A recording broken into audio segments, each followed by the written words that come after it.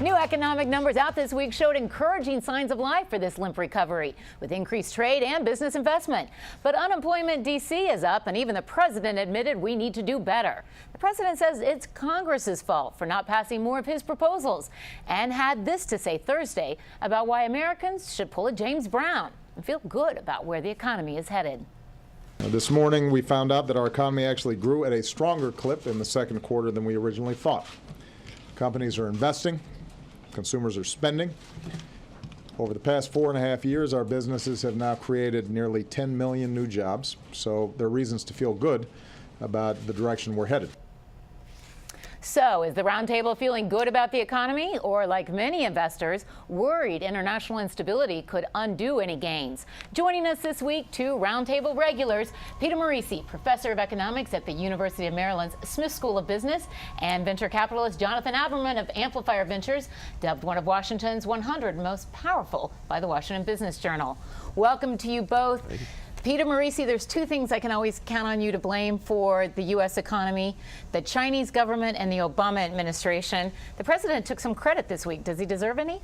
Well, he took a little bit more credit than he does deserve. That big growth rate largely was an inventory adjustment. Most economists, even those on Wall Street who tend to like him politically, see growth at a much lower pace in the third quarter. Going forward, though, a little bit of optimism. I think we will do better over the next 12 months than we have over the last year. It won't be blockbuster, but things are getting a little better. Does he get the credit for that, or do other forces in the economy get the credit for that? Well, this recovery looks an awful lot like the George Bush recovery. It seems to be that in the end, the U.S. economy doesn't much care who's in the White House. So despite Washington, the economy is doing better. Jonathan, I had counted on you to wear your tan suit today in solidarity with the president. I think that market is tanking this week based on social media. But the tan suit market? I think the tan suit market is tanking. He didn't pull it off this week. No. I don't think. But what did he pull off? What is it? He says it's Congress's fault and they should only listen to his ideas. What are the things he still wants Congress to do? First of all, I'm with Peter. The reality is that this recovery and the Bush recovery are driven by liquidity. We should thank the Fed much more than we should thank anybody downtown for the recovery. This is liquidity recovery. Second thing is, what the president should do, what Congress should do, as far as I'm concerned, is pass a budget. That probably won't happen. Do their job? Stop with sequestration. And by the way, Rebecca, you talk about D.C. D.C. growth is being harmed significantly because of sequestration and the fact that Congress can't manage itself properly. It's really having an adverse effect on our community. Peter, explain that to us. We've always been supposedly the recession-proof economy because we do count on all those government jobs, but even the government had to admit finally it's out of money and cut some jobs. Is that what's driving D.C. unemployment ticking up slightly, or where are we hurting? Well, certainly it affects D.C. A good way to understand the government budget is healthcare spending is increasing, and that money goes out nationally. It goes everywhere in all the capillaries.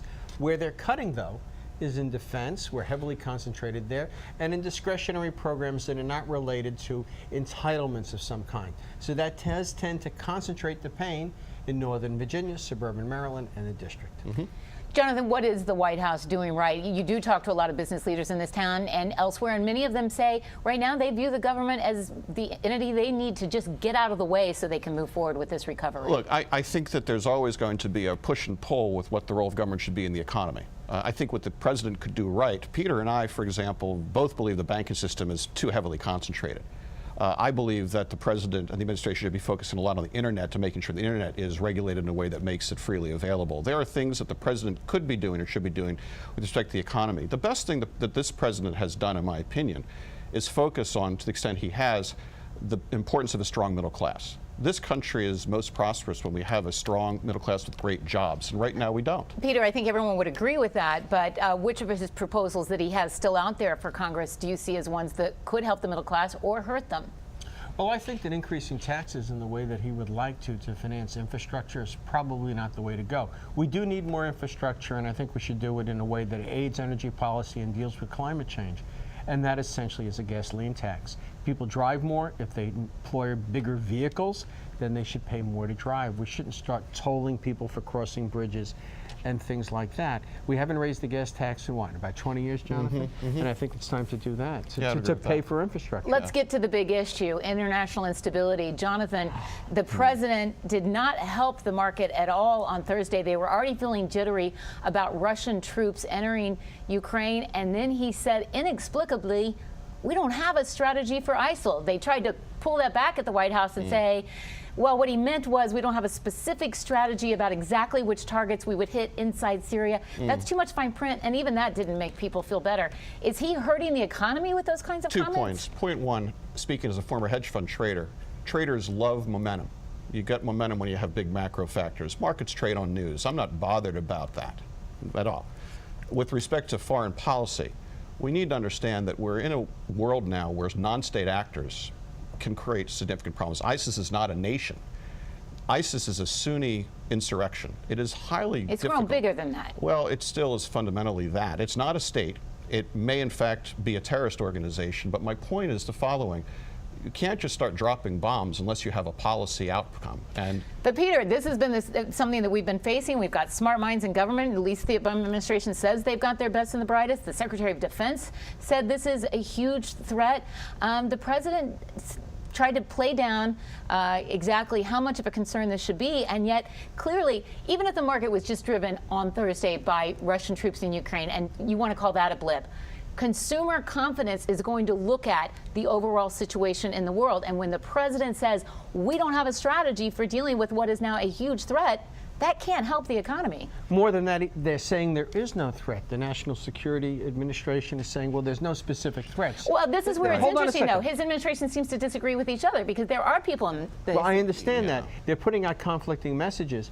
However, there is no specific threat from ISIL. However, you have a nation emerging there that will have control of oil, that is now attracting professionals to migrate there, that will have money to do the kinds of things that created 9/11. They won't have to go begging and threatening and kidnapping to get their cash. Jonathan, I think it's That's bigger a than big just an issue. emerging country. I think it's an emerging unease. That actually, the portion of Iraq where the oil is where the Shiites and the Kurds are. So the selective bombing that we have been doing in Iraq is to shore up those two groups. But that doesn't hold ground. The bottom line is we don't have a strategy for containing this group and eventually eliminating it because the potential allies we have in the region are either disorganized, Iraq, or undesirable, Syria. But I think if you want them to be organized, you've got to lead from the top and to say to them, we don't have a strategy, no matter what he meant by that comment. You are starting to sound like a good conservative Republican when you say that. You know, John McCain's level can put you to work. I like to ask the questions. I leave it to everyone else to figure out the answers. And I've asked all the questions I get to today.